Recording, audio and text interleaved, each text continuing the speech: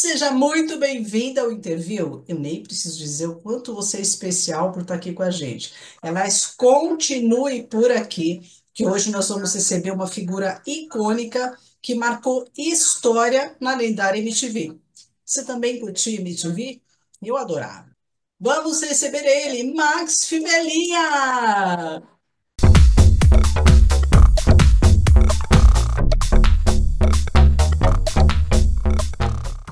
Gente, que boa essa apresentação, adorei, que prazer estar aqui com você. E olha como é bom, eu estou na minha casa e a gente pode falar e eu estou vendo você na sua casa. Vê que maravilha, eu também adoro. A sua vista é incrível. Aliás, você nasceu num sítio, numa cidadezinha linda ali em Ipanema, né? Você ficou um pouco ali no sítio durante uma fase, vivendo com a sua família, com os animais, com aquela maravilha, aquela delícia que só o campo pode proporcionar. E depois você se mudou já para a cidade. Eu queria saber de um tudo sobre a sua infância, essa época maravilhosa nesse lugar incrível, ao lado dos seus irmãos, primos, animais, a natureza. Então, eu nasci num município que chama Ipanema, que é no leste de Minas Gerais, perto do Espírito Santo. Eu nasci numa fazenda, uma fazenda daquelas de pau a pique. Pau a pique é aquela que é feita de barro com madeira, e aí você vai colando. Nasci numa fazenda dessas, que deve ter sido construída lá no século XIX. Era uma casa já antiquíssima, de soalho alto, tinha um alpendre lindo, aquele alpendre todo, a gente chama de. Eu fiquei sabendo depois, quando eu fui ler as histórias, que o alpendre ele é rendado, que é aquela madeira toda trabalhada que parece realmente renda. E ela tinha uma escadaria, tinha um alpendre lindo, e eu tinha muitos primos e muitos irmãos. Eu sou de uma família bem numerosa. Minha mãe teve 9 filhos e a gente teve uma infância maravilhosa, porque tinha cachoeira, tinha mata, meu pai tinha gado. Então a gente tinha leite em casa, se plantava tudo que colhia. Era uma época que não tinha dinheiro, não tinha dinheiro, mas as pessoas trocavam entre elas. Então, assim, na minha casa tinha muito mamão, muita banana. Meu pai plantava fava, não existia feijão, não existia arroz. Praticamente o arroz era só para os muito ricos. Então, a gente comia canjiquinha, que hoje virou uma coisa de luxo. Eu faço canjiquinha aqui na minha casa hoje em dia com carne de porco para receber os amigos e eles amam. Aprendi a fazer com a minha mãe quando eu era criancinha. Isso tudo eu estou falando de quando eu tinha de zero idade até os 11 anos de idade. Eu vivi nessa fazenda, que era do meu avô, e ele tinha também um punhado de filhos, e meu pai era um dos herdeiros. Quando perdeu meu avô, aí meu pai tinha um outro sítio que era dele, a gente se mudou para esse sítio com uns 2 anos. Então, assim, era uma infância muito rica, de muita liberdade, de pé descalço, a gente andava descalço, e aí ia estudar, a gente andava. Nessa época, a gente falava de léguas.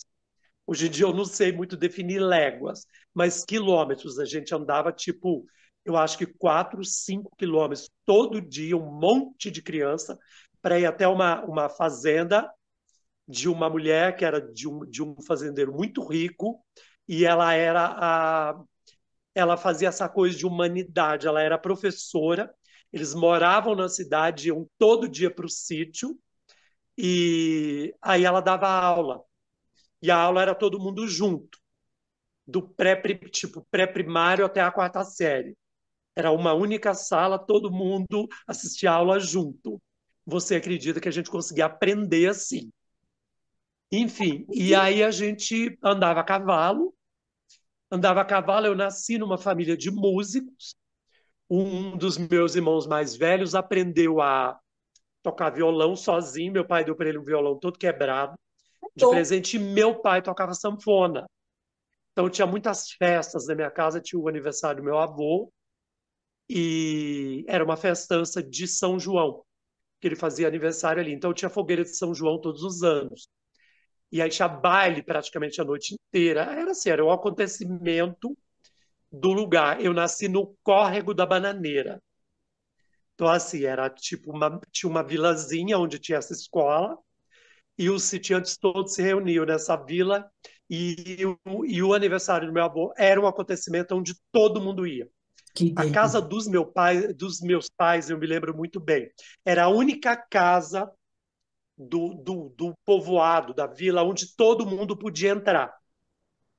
Prostitutas, gente de todos os tipos de vida. Os negros eram muito bem-vindos nessa época, porque eu nasci numa época onde tudo era muito difícil para determinados tipos de pessoas. Então, assim, eu nasci numa época muito preconceituosa, que era os anos 60. Tudo era muito difícil. Na casa do meu pai e da minha mãe, todo mundo podia entrar, todo mundo podia sair, todo mundo tinha livre-arbítrio. Eu tive o privilégio de nascer numa família de dois pais semi-analfabetos. Minha mãe assinava o nome, meu pai sabia ler e escrever, mas aprendeu praticamente sozinho, também muito pouco, era muito bom de contas, e uma família muito estruturada. Eles cuidavam muito da gente, mantinha a gente em rédea curta. A minha mãe, quando a gente se mudou para São Paulo, que a gente já tinha saído, enfim, essa foi a minha infância no sítio. E aí eu fui morar na cidade de Ipanema, depois que o meu avô faleceu. Quando Quando vem, todo mundo herdou, repartiu isso, cada é, um ficou com a sua parte, meu pai também vendeu a parte dele, e a gente foi para a cidade, e de Ipanema, acho que moramos 2 anos. Meus irmãos mais velhos vieram para São Paulo para poder trabalhar e estudar. Eram quatro mais velhos. E depois de um ano, a minha mãe veio com os menores, que eram quatro, e ela tinha perdido uma filha com 7 anos. E, e aí a gente veio para São Paulo. Minha mãe não quis ficar, voltou depois de um tempo. Eu voltei junto, só que aguentei ficar em Ipanema um mês.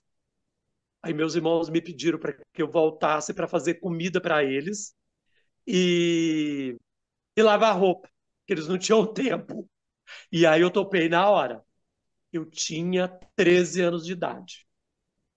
Eu fiquei fazendo isso muito pouco tempo, arrumei o meu primeiro emprego com 13 anos.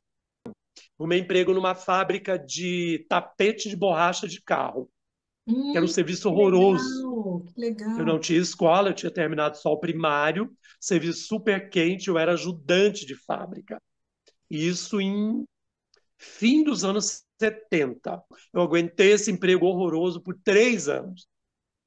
Chegou uma época que eu não aguentava mais, aí eu falei, vou sair. Saí para não ir para lugar nenhum. Eu ainda não tinha começado a estudar, fazer a quinta série. E aí, aí eu fiquei 6 meses parado, fui trabalhar de servente de pedreiro do meu tio, ajudei ele a reconstruir a casa dele. Ele me pagava para isso. Fiquei uns 4 meses trabalhando com ele. Aí um amigo do meu pai arrumou para mim um emprego numa fábrica de pisos e azulejos, cerâmica. Eu entrei de ajudante, um serviço horroroso de novo. Era anos 80, as fábricas eram Pesado, né? terríveis. Era muito poeirento, muito barulhento. E eu entrei de ajudante. Menina, eu estudei. Aí eu comecei a estudar. Eu enlouqueci. Comecei a ler tudo que eu via na minha frente. Eu lia outdoor, bula de remédio, eu lia tudo. Eu comecei a fazer curso nessa empresa de técnico em cerâmica. E aí eu emendava um curso no outro. E eis que me surge a ideia. Eu nasci artista. Eu era a pessoa mais tímida do mundo, eu sou a pessoa mais tímida. Por ser uma pessoa tímida, você resolveu estudar teatro, não foi? Você tem pessoas que te incentivaram a isso ou partiu de você mesmo? Por que você escolheu o Não teatro? partiu de mim, partiu exatamente de mim. Foi assim. Eu estudava numa escola e aí eu não gostei da escola. Aí eu saí aborrecido. Era uma escola muito pertinho da minha casa. Eu fui para uma escola mais longe, que eu tinha que caminhar mais. Menina, o dia que eu cheguei na escola, sabe quando você entra e você fala, é aqui que eu vou ficar? Gente, eu gostei não sei, o vento que soprou naquela escola foi incrível. E aí eu fiquei sabendo que num determinado tempo desse, eu entrei fazendo quinta série, aí eu já tinha 16 para 17 anos. Eu fui um estudo muito tardio, né? Porque a gente tinha que trabalhar. Quando você não nasce numa família privilegiada, você precisa trabalhar. Então, Claro. primeiro você trabalha e depois você projeta alguma coisa da tua vida. E aí um dia, eu não sei porque eu fiquei sabendo que eu montar uma peça de teatro num teatrinho que tinha no centro de Diadema, porque eu morava em Diadema, no ABC. Aí fui lá ver. Menina, estava fazendo um teste de elenco, eu não sei de onde surgiu essa ideia. E aí eu falei, vou participar do teste. Menina, passei no teste. Era um elenco que a diretora ia fazer uma peça para falar daquela Revolução de 32, que teve uma guerra entre São Paulo e Minas, os mineiros e paulistas, aqueles MMDC, Miragaia, Martins e Camargo, que eram os soldados revolucionalistas. Isso. Sei tudo desse assunto. E aí eu entrei para fazer a peça e descobri que a professora de teatro, ela era bailarina, bailarina, bailarina mesmo, bailarina de clássico, e ela era filha da Clotilde de Matos, aquela escritora, Clotilde de Matos. Alguma hora você deve ter ouvido falar em livro didático, você deve ter lido algum trecho dela. O pai era o Tá nesse Guilherme de caminho. Almeida Prado, o pai. Enfim, e aí ela escreveu o texto, e aí ela deu, eu fazia a peça inteira, mas eu tinha só 3 textos. Menino, eu arrasei nos textos. Aí a peça ela era para ficar um mês em cartaz no mês de julho, que é onde comemora essa história. 4 de julho, me parece, 9 de julho, é 9 de julho. Ela ia ficar esse tempo em cartaz lá em Diadema para que todas as escolas assistissem. Aí nós fomos convidados para fazer algumas escolas bacanas. A gente foi até naquela escola Émilie de Villeneuve, que é uma escola chiquérrima que tem perto do aeroporto, Eu já ali ouvi o falar, aeroporto nunca fui. de Congonhas. É uma escola de freira, chiquérrima. Menina, a gente teve até cachê e Que comida. Nossa, foi luxo, mas maravilhoso. E parabéns, dali a você é gente um partiu para uma projeto, viu? turnê. Ficamos fazendo várias escolas. Eu tinha 2 falas na peça só, mas eu tive uma sorte que todos os jornais que fotografam, eu sempre tive essa sorte, mesmo que eu esteja no meio de um grupo. As fotos de divulgação que saíram nos jornais, todas era eu. Eram as minhas fotos que Quanto saíram. Eu tenho dom, né? tudo isso Quanto arquivado, dom. inclusive. Foi a primeira peça, menina. Aí eu parti e fui estudar. Aí fui fazer um curso de teatro. E aí eu procurei uma escola. Eu não, enfim, tudo a gente ficava sabendo. Era tudo muito difícil, né? A pesquisa. Aí, isso aí já era 81. Eu fui no Teatro Paiol estudar com o Emílio Fontana, que é um diretor fabuloso, né, de teatro, de cinema. Outro dia até vi uma história dele, até li uma história dele esses dias. Ele deu muitas entrevistas, um diretor super famoso. E eu estudar o primeiro ano era com ele. Era uma vez por semana, nunca vou esquecer isso. Já se passaram quase um século. E a aula era terça-feira, 4 da tarde. Eu saía do meu trabalho 2 da tarde, eu tinha que ir até o Teatro Paiol, eu saía de Diadema. Só existia um ônibus de Diadema até o Jabaquara. Hoje, de Diadema para Jabaquara, é o melhor transporte de São Paulo, que é aquele ônibus que tem corredor. Você pega, eu pego no terminal, do lado da minha casa, a casa da minha mãe está lá, meus irmãos moram lá em Diadema. Tem um terminal e antigamente não era assim, só existia um ônibus verde abacate. Deixava em Jabaquara, eu tinha que pegar o metrô até a República. Da República eu ia a pé até o Teatro Paiol, que era debaixo do viaduto da Amaral Gurgel. E aí era incrível, porque eu saía de lá às 6 da tarde e as meninas de rua, hoje em dia eu não sei nem como é que fala, a gente não pode falar, já estavam trabalhando de biquíni, já estavam nos paredões, 6 horas da tarde, eu parava, conversava, gente, era uma coisa incrível, porque eu vivi o centro de São Paulo, a gente podia andar, a gente podia parar para conversar, era Os fabuloso. perigos que tem hoje, né, Max? Que hoje em dia está Não, a complicado. partir dos anos 90, 95 começou a ficar difícil. Eu sempre frequentei muito o centro de São Paulo, Eu que é também. riquíssimo até hoje de cultura. A arquitetura eu acho maravilhosa, as praças, aquelas luminárias. Eu Pois. amo São Paulo, eu amo o centro de São Paulo, o povo da noite. Esse povo que frequenta a noite, que trabalha na noite nas ruas, que faz paredão até hoje. Como é que a gente faz? A gente faz calçadão, paredão. Enfim, eu conversei, sempre conversei. Na minha época de famoso, né? Eu parava com elas para conversar com eles e com todo mundo que eu frequentava muito ali, a Amaral Gugel, e parava para conversar. Gente, era um acontecimento. Eu tenho essa vida essa vivência. Eu ia muito com um amigo que infelizmente ele faleceu, mas ele frequentava muito a louca comigo. E eu cheguei a ver você uma vez, eu falei pro Rafa, né? Falei, Rafa, o Max Fivellinha, eu acho ele incrível. Ele falou, não vai não, boba, vai que você é mal interpretada, porque nem todo mundo, Max, tem assim, essa simpatia, esse jeitão. Eu sempre gostei de fazer amizade com as pessoas, né? Mas tem pessoas que são mais retraídas, então a gente ficava meio assim, né? Mas eu cheguei a ver você ali e, meu, as danceterias da época eram uma melhor do que a outra. Eram sensacionais.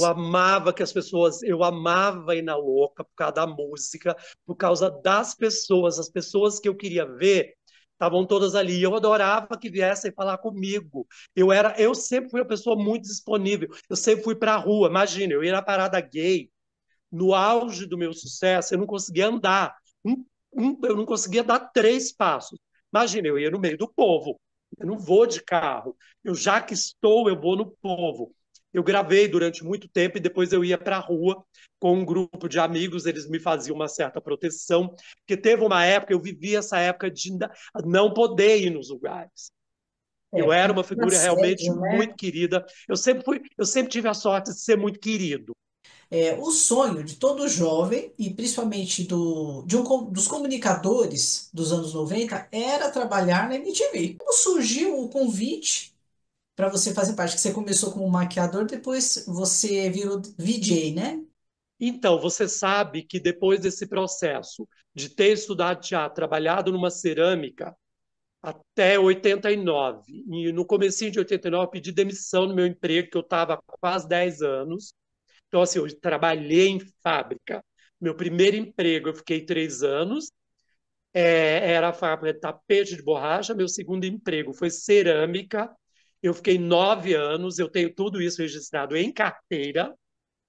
E, menina, e aí eu larguei tudo, porque e nessa meio tempo eu comecei a trabalhar de modelo numa agência que existia Central de Modelos, era a maior agência de São Paulo, a mais antiga.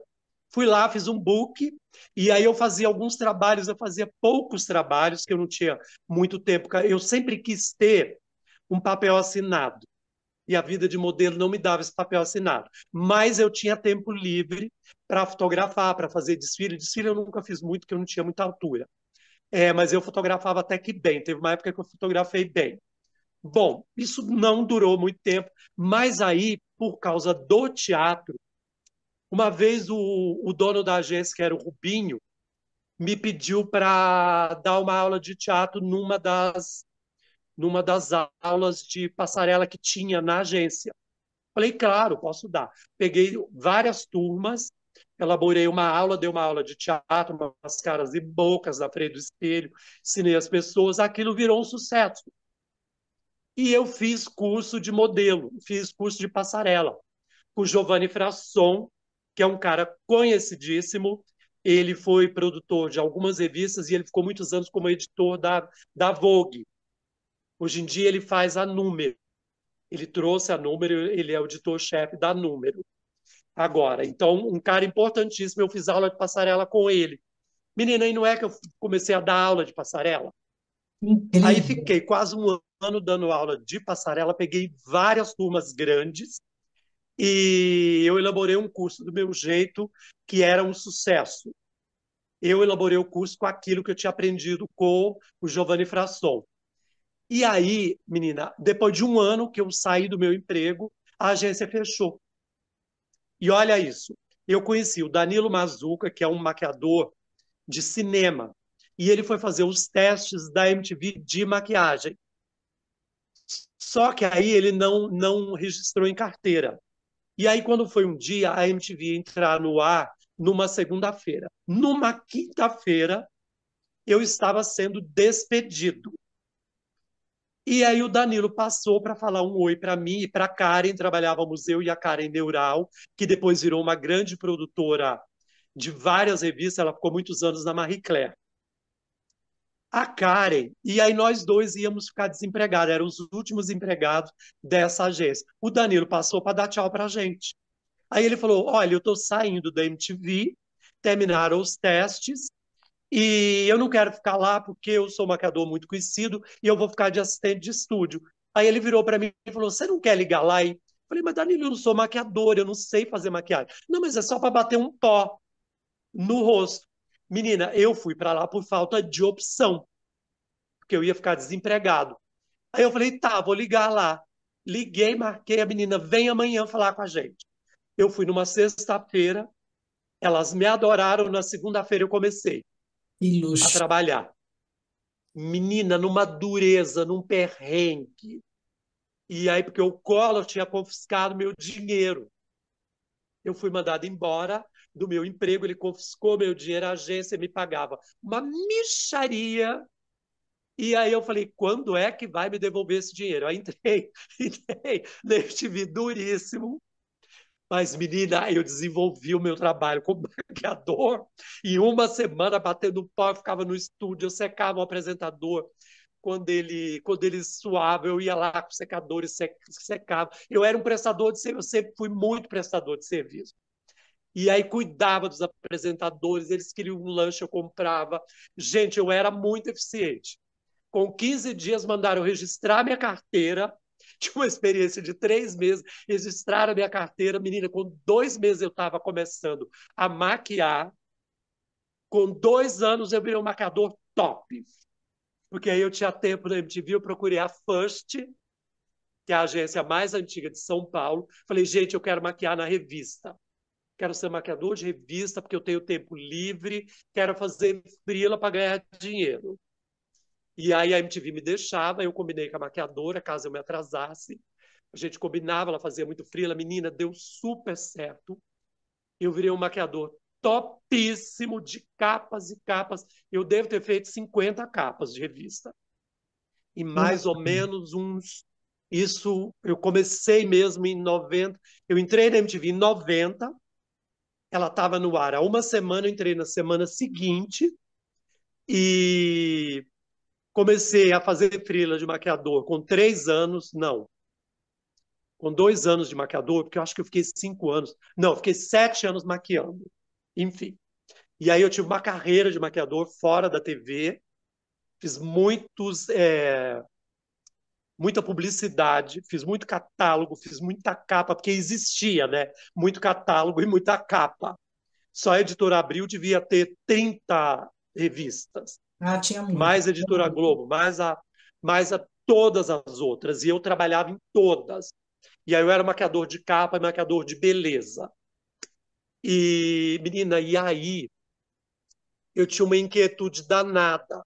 Mas é assim, eu não me metia, eu nunca me meti no trabalho de ninguém.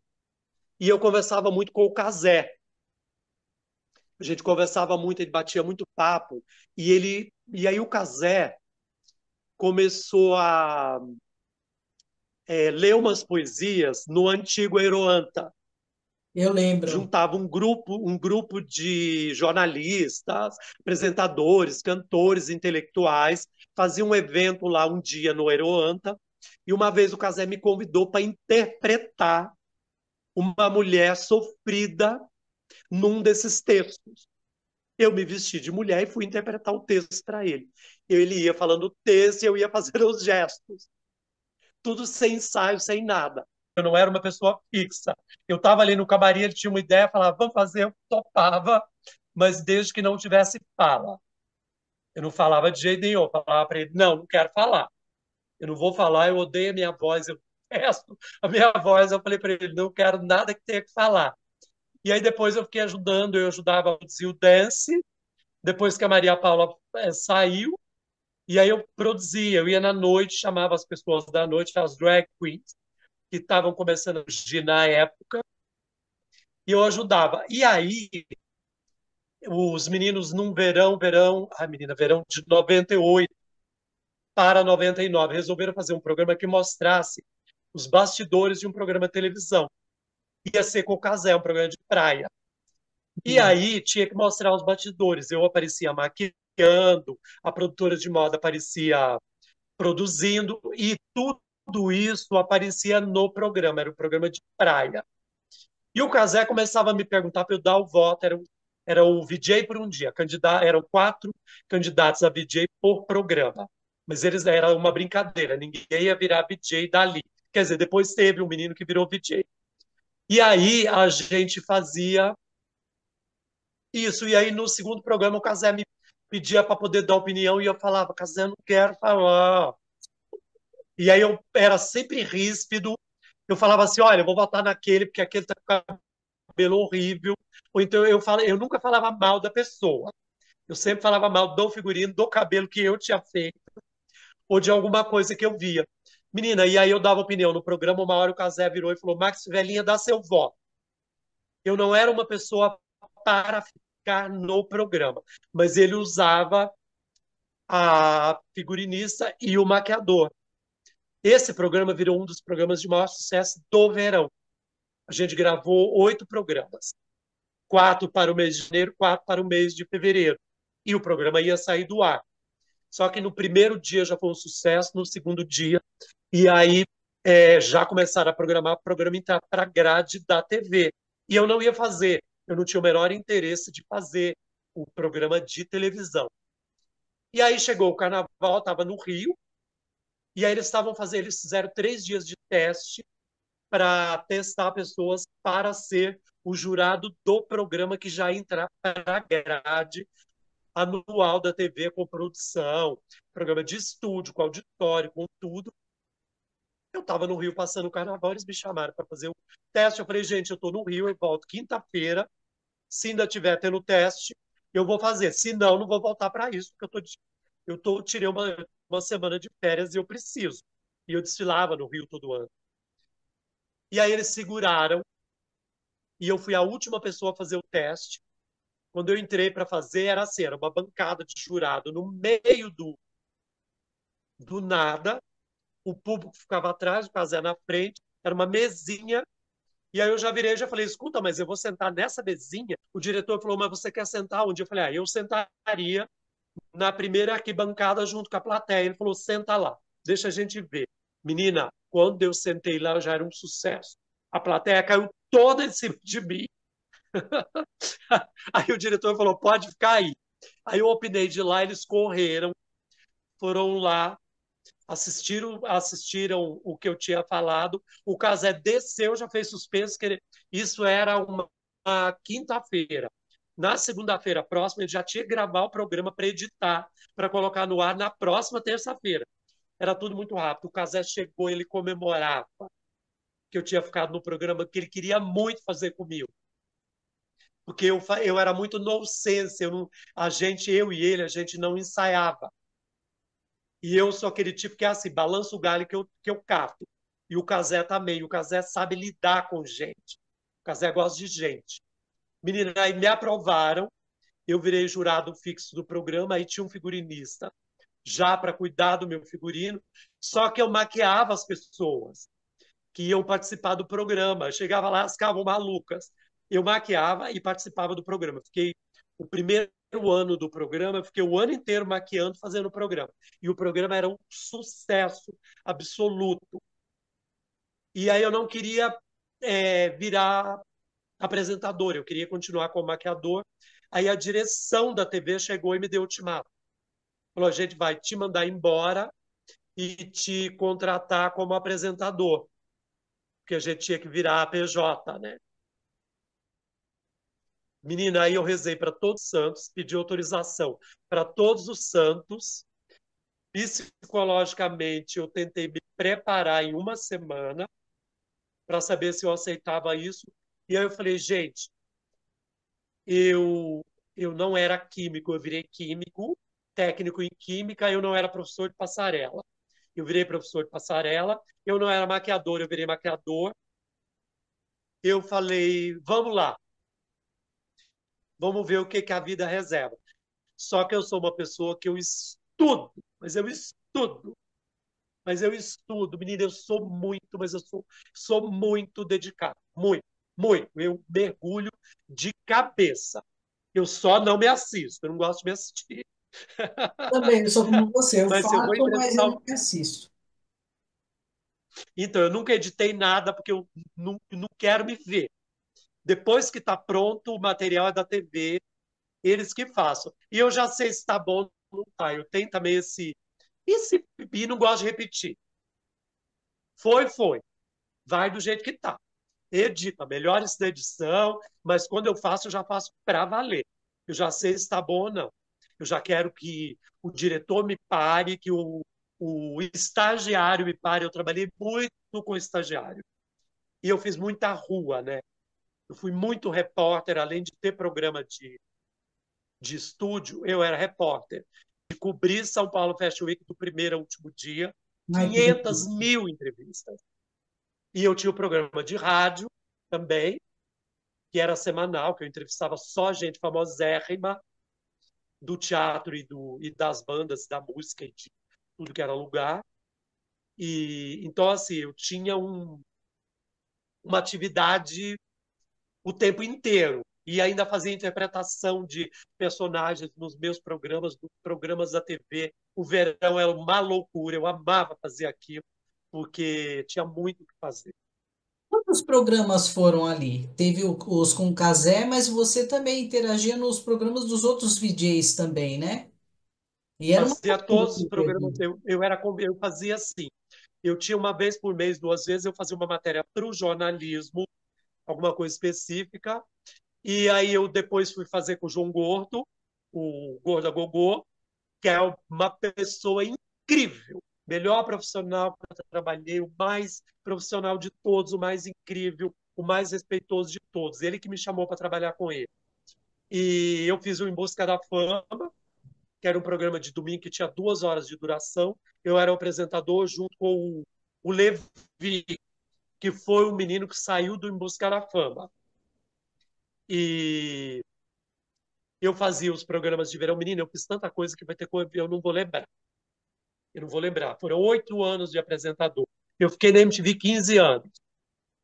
Entre maquiador e apresentador, fiquei 15 anos. E foi tudo muito intenso. Eu trabalhei muito, eu não tinha sossego.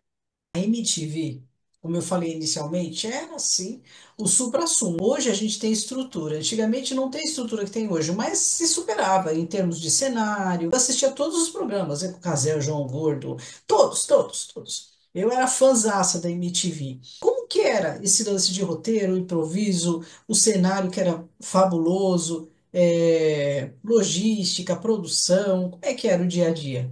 Nós seguíamos um roteiro. A gente tinha um roteiro e a gente podia usar tudo que quisesse dentro de um roteiro. Eu, quando fui fazer o meu primeiro programa, que eu realmente, no VJ por um Dia, que foi o primeiro programa, eu e o Cazé, era assim, eu tinha um tempo, eu tinha as entradas, o Cazé me colocava, ou eu interrompia o Cazé e eu entrava. Eu não tinha um texto, era tudo meu, era tudo no improviso, e tudo tinha um tempo curto, mas eu podia ficar o tempo que eu quisesse, mas eu gostava de tudo, eu sempre gostei de tudo muito curto. Eu sou uma pessoa de tempo curto, eu consigo ser muito bom no tempo curto, mas eu não gosto de mim num tempo longo. Então, eu sempre gostei de mim no tempo curto. O Casé às vezes me falava, dá uma opinião sobre a apresentação desse DJ. Eu pegava uma revista, abria a revista, eu usava muito elementos de cena. Pegava uma revista, abria a revista, folheava, o Cazé falava, o Max não está afim da opinião. Isso era meu texto. Tudo era texto. Ou então, o Cazé falava, vai, fala, o que que você achou do cabelo dela, da produção dela, dá seu parecer. Aí eu falava, vai, Cazé, eu não quero falar, eu quero mostrar essa bolsa que eu ganhei ontem no evento que eu fui, que eu amei. Então, assim, pouca gente vai ter. Então, era tudo no improviso, as pessoas enlouqueciam. Os jornais me ligavam assim. Consta, eu era matéria de jornal praticamente todos os dias. Os grandes jornais. O Globo, menina, eu tenho aqui em casa caixas só de jornal o Globo, que as jornalistas fizeram, como é que a gente chama? Elas explicaram, como é que chama? Eles não entendiam o que eu falava. Eu falava muitas palavras que eles Hum. não sabiam o que que era e pediam para explicar. Como que chama? O dicionário.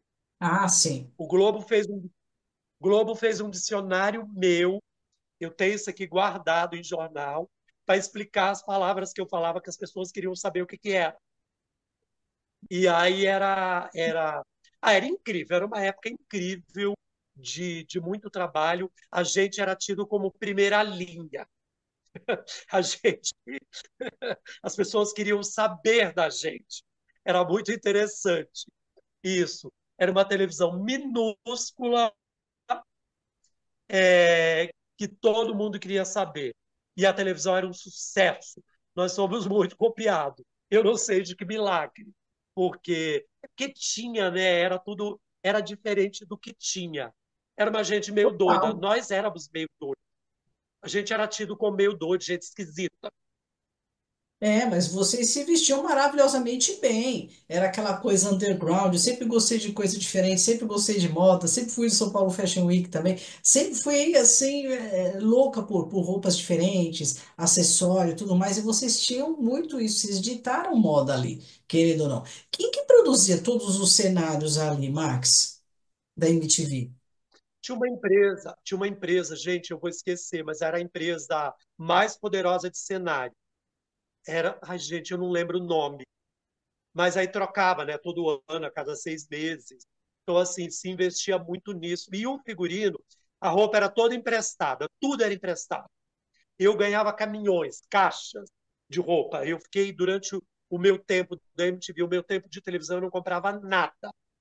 Tudo me mandavam de presente. Do Que delícia. sapato ao objeto, objeto de cabeça, as pessoas me mandavam porque sabia que o que a gente usava, as pessoas queriam saber. Imagina, gente, eu era uma pessoa gay numa televisão nos anos 90, eu era o único que não era um personagem bizarro de novela. Eu era uma pessoa de verdade, eu era o único e e eu não tinha restrição, as pessoas me amavam, eu estava nos jornais. Todos os dias eu era convidado de todos os programas de televisão. Imagina, eu fiz Silvio Santos com o Silvio Santos, eu fui 5 vezes. Eu fui no Qual é a Música 2 vezes, eu falava umas loucuras que eu achava que ele ia editar. Ele não editava. Silvio Santos me adorava. Eu só não fui na Hebe, mas eu fui em todos os programas de televisão. Eu fazia questão de quando me convidavam eu ir. Eu queria essa popularidade. Eu queria que as pessoas me vissem, que, que a televisão não me restringia. Clodovil me chamou e Clodovil me amava. Ele falou isso no ar. É tanto que quando ele foi no VMB, a gente se conheceu no VMB, foi aquela coisa fabulosa. No dia seguinte, nós estávamos em todos os programas de fofoca do dia seguinte, em todos os jornais. Então, assim, eu era uma pessoa que, assim, eu me preparei. Eu tinha vindo do teatro, eu era um comunicador, porque eu era professor de passarela, e eu fazia muito passo a passo de maquiagem para os jornais no tempo que eu era maquiador, então eu já era um comunicador. Antes, dentro de uma timidez terrível. Já Eu era era para muito você, né? É tímido. uma questão de dom, é uma questão daquilo que eu te falei no início, né? O que é da gente vem na nossa mão, não precisa nem correr muito atrás, já nasce. Não, não precisa. Não, e o que é da gente, ninguém vai puxar teu tapete. Isso pode até existir, mas você vai conseguir de um outro jeito, num outro lugar. Eu acho que é assim, você tem que ser do bem. Eu sempre fui uma pessoa que é assim. Se não for para ser do bem, não, Não me interessa. E eu só fiz na televisão o que eu quis fazer. Mesmo sendo, nunca ganhei dinheiro como apresentador, ganhei um dinheirinho, eu consegui comprar a minha casa, eu consegui me sustentar hoje em dia. Eu não estou trabalhando. Já há algum tempo que eu não estou trabalhando, mas eu consegui fazer uma mini reserva de me segurar para. Eu não fui uma pessoa maluca. O primeiro dinheiro que eu ganhei foi uma publicidade de carro que eu fiz. Eu comecei com publicidade grande. No primeiro dinheiro que eu ganhei, que foi com uma publicidade, eu comprei minha casa. Eu falei, eu não sei quando eu vou ter esse dinheiro de novo, e eu já tinha mais de 30 Cabeça. anos. Aí eu falei, eu quero comprar minha casa, porque depois de velho, eu tenho a minha casa. Ninguém, eu vou ter onde morar, que é uma boa parte das pessoas que ocupa essa posição de popularidade, de apresentador, de sei lá, não pensa nisso e Não depois chega guarda. numa época e não consegue comprar casa. Eu vejo um monte hoje em dia que fez milhões de novelas, milhões de coisas, que eu achava que tinha ganhado dinheiro, a pessoa não poupou, não comprou. Gente, casa é primordial na vida de qualquer pessoa. E aí eu fui para a Mix TV, eu fui para o rádio em 2001. No primeiro ano que eu fiz sucesso, a rádio me chamou, a Rádio Mix. Fizeram um programa, me Eu apresentaram o lembro. programa, você vai falar, você vai dar conselhos sentimentais, você vai ter um convidado e você vai fazer o programa do teu jeito. Eles me deram um roteiro, tudo escrito, falou, faça do seu jeito. E aí eles queriam estrear em 15 dias. Eu falei, não, comigo vocês vão estrear em um mês e meio, porque eu quero fazer pelo menos 4, 5 pilotos para eu estrear seguro, porque é um campo que eu não conheço. É Eu isso fiquei que eu ia te 14 perguntar. Da TV para o rádio, se você teve alguma dificuldade, como é que foi isso? Eu me adaptei no segundo piloto, eu já estava completamente adaptado, mas eu não era o cara que ficava mudando o microfone, que eu era o apresentador e eu tinha um locutor que trabalhava comigo que era incrível, incrível. Uma das pessoas mais incríveis que eu conheci. A voz mais maravilhosa, o cara mais maravilhoso que é o Daniel Costa. Ele era o top de lá e um cara sem preconceito de raça, de cor, sem preconceito com nada. Ele entrava na brincadeira porque nós éramos tinha da piada ao conselho sério, tudo era muito divertido e o cara fabuloso, fabuloso, sabe, engraçado, boa gente, nossa, maravilhoso. Eu peguei de cara com ele e dei a sorte de pegar com esse cara, o Daniel, essa pessoa incrível, esse profissional incrível, e não tinha como dar errado. Com um mês eu estava completamente adaptado, o programa virou um sucesso absoluto, que era uma coisa que eu não acreditava nisso. Eu era assim, eu ficava do primeiro ao terceiro lugar. Eu era um calo no sapato, horário nobre, das 8 às 9 da noite, eu fazia ao vivo, eu fazia questão de fazer ao vivo. E eu entrevistei todo mundo que você imaginar.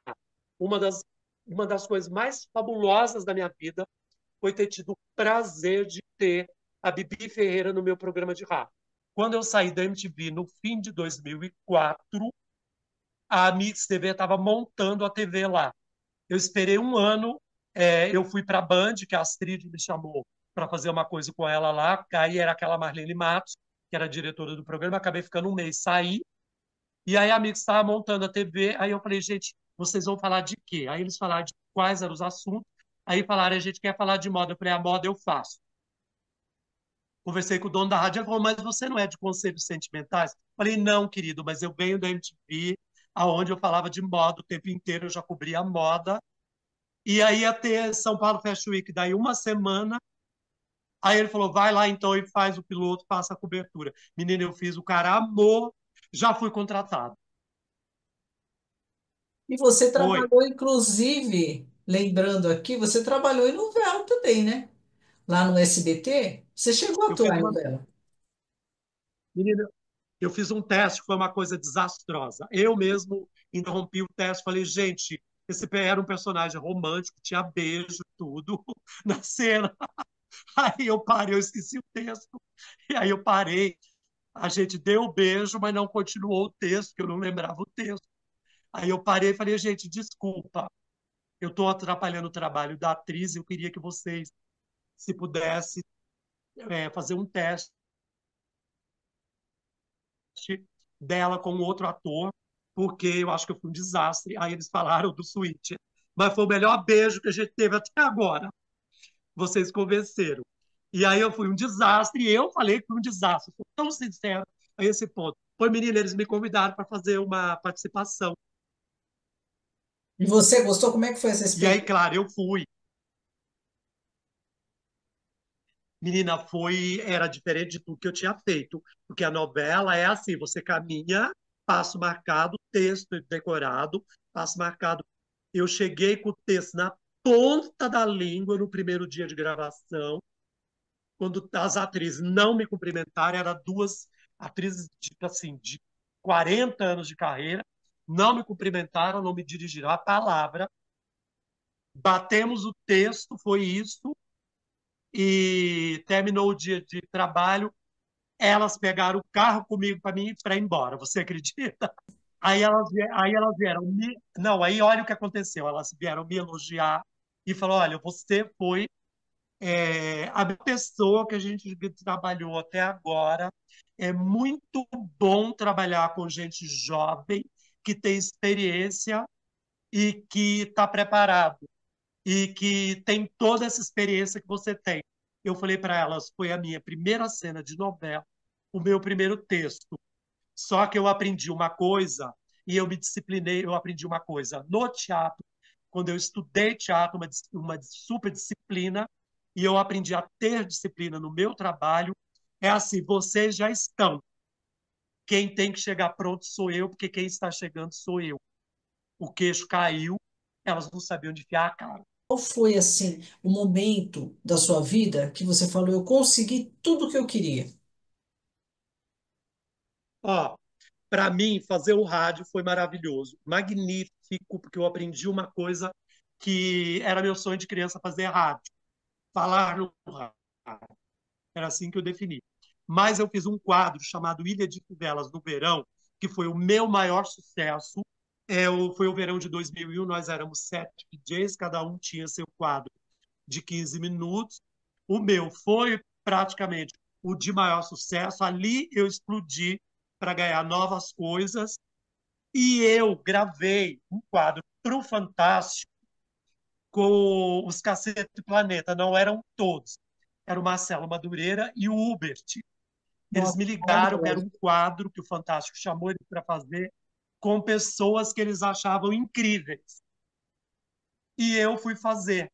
Na época, eles chamaram o presidente Lula, que eu não sei se ele era presidente, mas eram pessoas de muita expressão. A Vera Loyola e tinha mais umas pessoas. O nível era esse, de gente de popularidade. E eu fui chamado entre essas pessoas para prestar um serviço para a comunidade LGBT, que na época tinha os falsos lutadores de jiu-jitsu que estavam espancando a comunidade LGBT no Rio de Janeiro.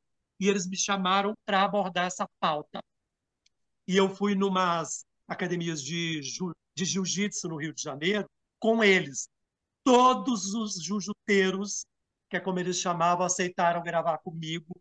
E com eles foi um sucesso essa história que até acabou esse espancamento por esses falsos lutadores de jiu-jitsu na época. Você acredita? Lá no Fantástico, quando o Fantástico dava 30 pontos de audiência.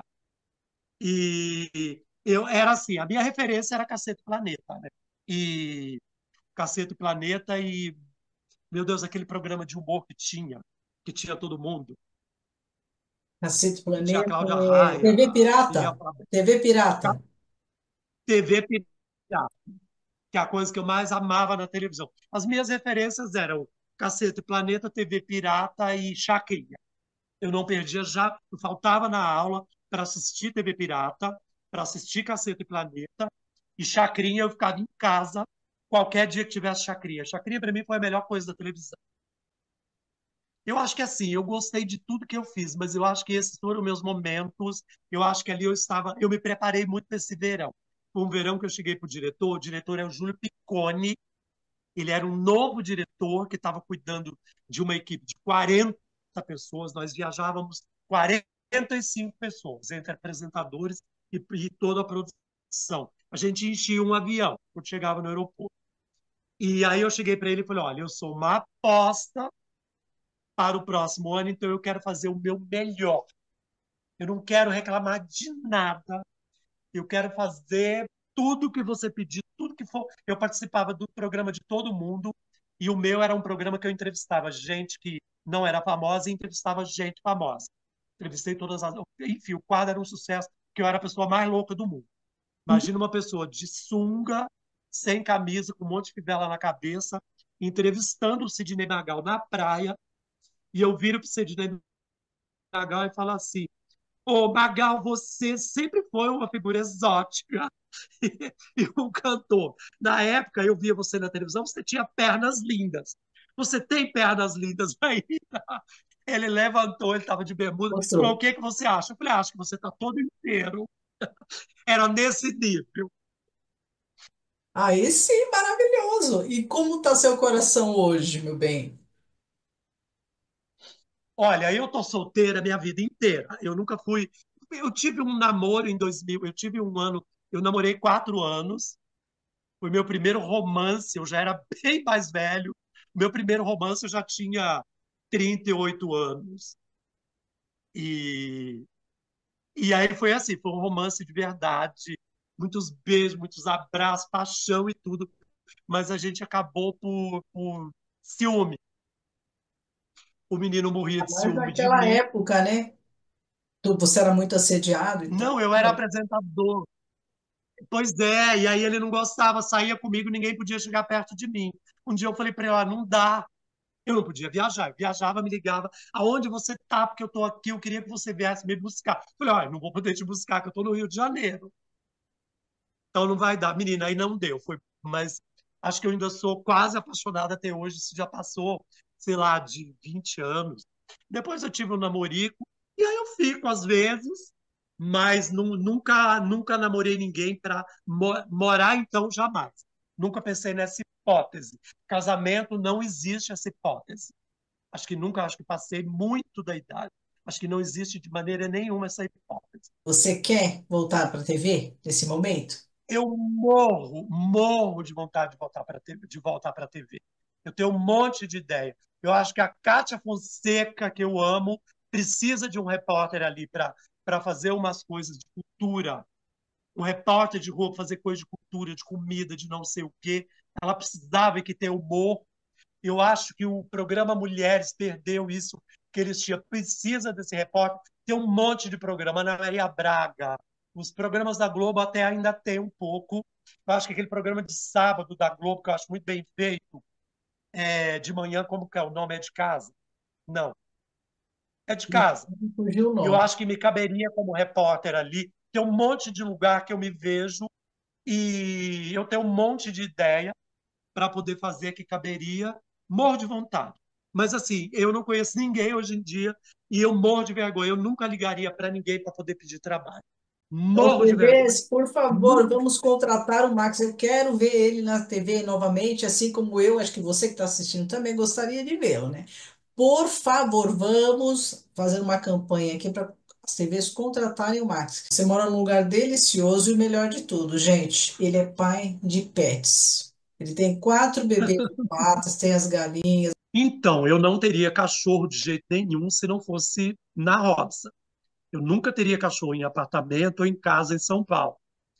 Mas na roça eu tenho e eu adoro. Eles são uma companhia incrível. Eles me cobram o passeio de manhã, eu já levanto.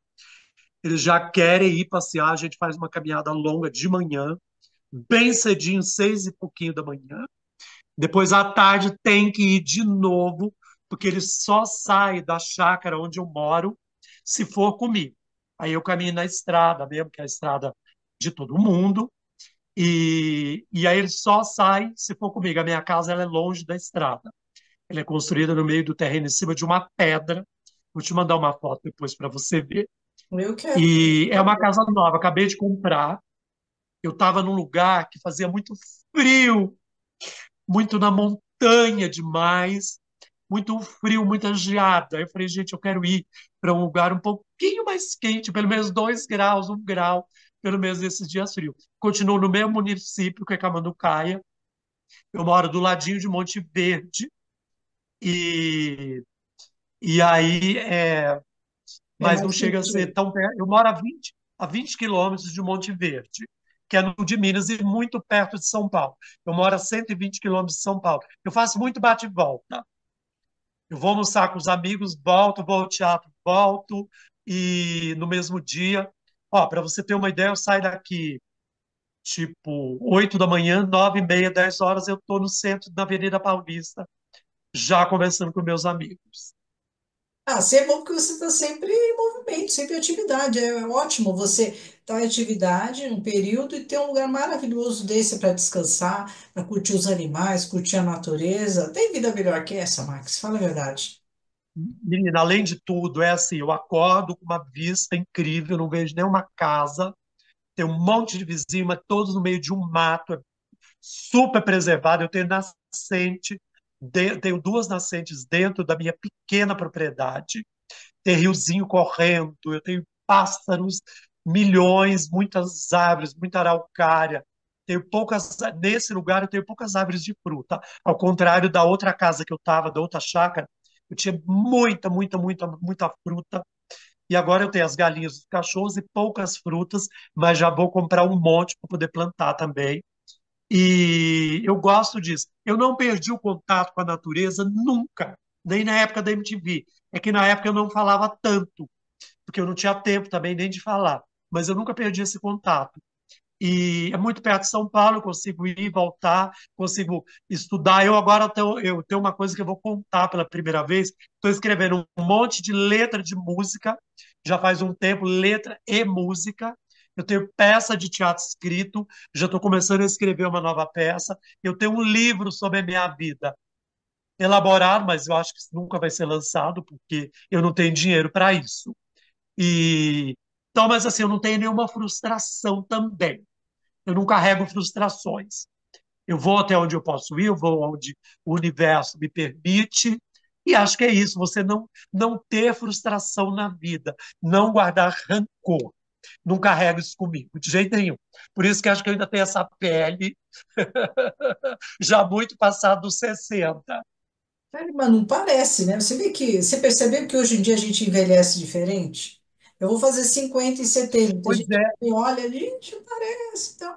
Mas é o nosso jeito, né, Max? A nossa forma de ver a vida. é um Eu jeito, acho é que um jeito, essa coisa, é um jeito essa coisa de estar o tempo todo atualizado. Eu faço questão de saber quem é a modelo do momento, quem é o cantor do momento, quem está fazendo sucesso, quem é da internet, qual é a música brega. Eu vejo tudo, eu leio tudo todo dia, do programa de fofoca, a novela, eu quero saber quem é o ator, quem é o novo ator, quem é o escritor, enfim, eu sou uma pessoa completamente atualizada em todos os sentidos. Eu nunca deixei de estar atualizado, eu acho isso muito importante. Eu adoro conversar com gente, com as pessoas que moram perto de mim, e eu vou à academia 3 vezes por semana, ou até 4, religiosamente.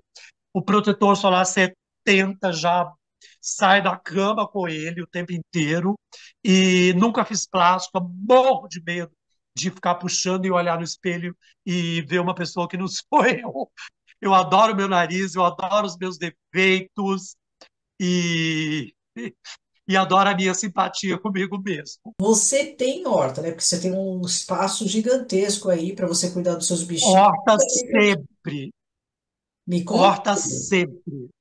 Eu compro orgânico de quem planta orgânico por aqui, mas não é uma lei, se não for orgânico eu compro também.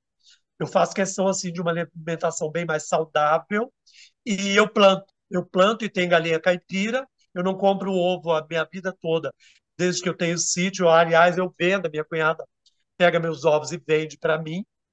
E aí eu tenho ovos caipira, frango caipira, mas eu não mato, eu vendo e depois eu compro frango caipira de quem eu não tenho coragem de matar os meus.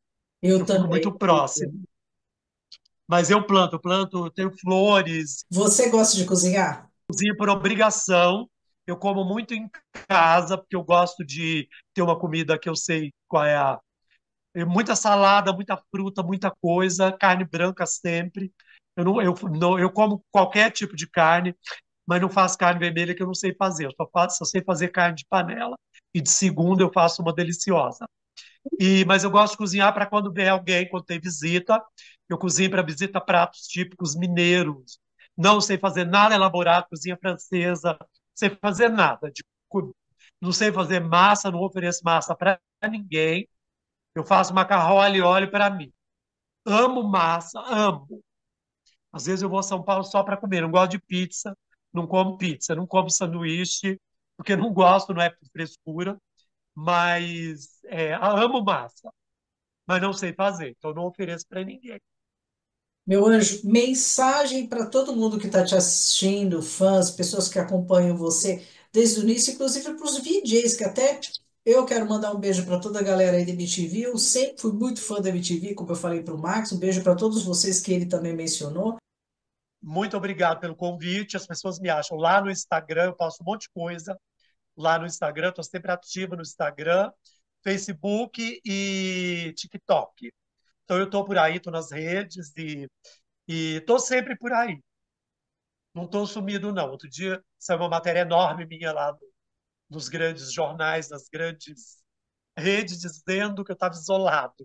Imagina, eu não estava isolado, eu estava indo em ensaio de carnaval, recebi um convite, fui para o ensaio, adorei, eu vou em carnaval todo ano, estou sempre indo ao teatro, estou sempre indo, eu não estou na televisão trabalhando, mas eu estou nas redes, que é onde todo mundo é achado hoje em dia. E você, obrigado pelo convite, adorei. Quem adorou fui eu. Muitíssimo obrigada, tá? Adorei bater Beijo esse grande. papo com você. Você é uma pessoa incrível, Beijo grande, é só maravilhosa. chamar.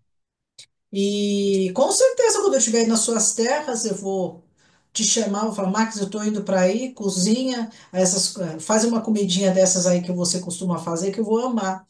E inclusive conhecer seus bichinhos. Vem, Eu vou adorar. vamos.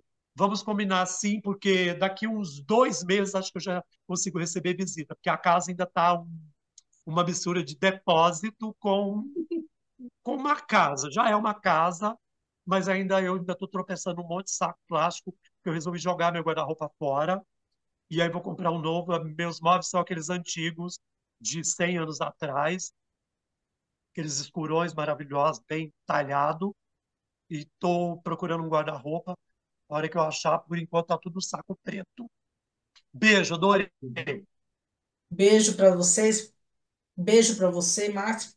Gente, sigam ele nas redes sociais. Quem quiser bater aquele papo, dicas e tudo mais. E TVs, vamos chamar o Max aí, que eu tô louca para ver ele nas telinhas, tá? Aqui já estão as redes sociais dele. Entre em contato com ele e se inscreva aqui no canal Interview. Tem uma história legal, ó. Chama a gente aqui, que aqui é o lugar. Somos amantes de boas histórias. E essa aí do Max. Max, conte sempre comigo, sempre com o canal Interview. Amamos você, eu te amo. Beijo, obrigado. Tchau.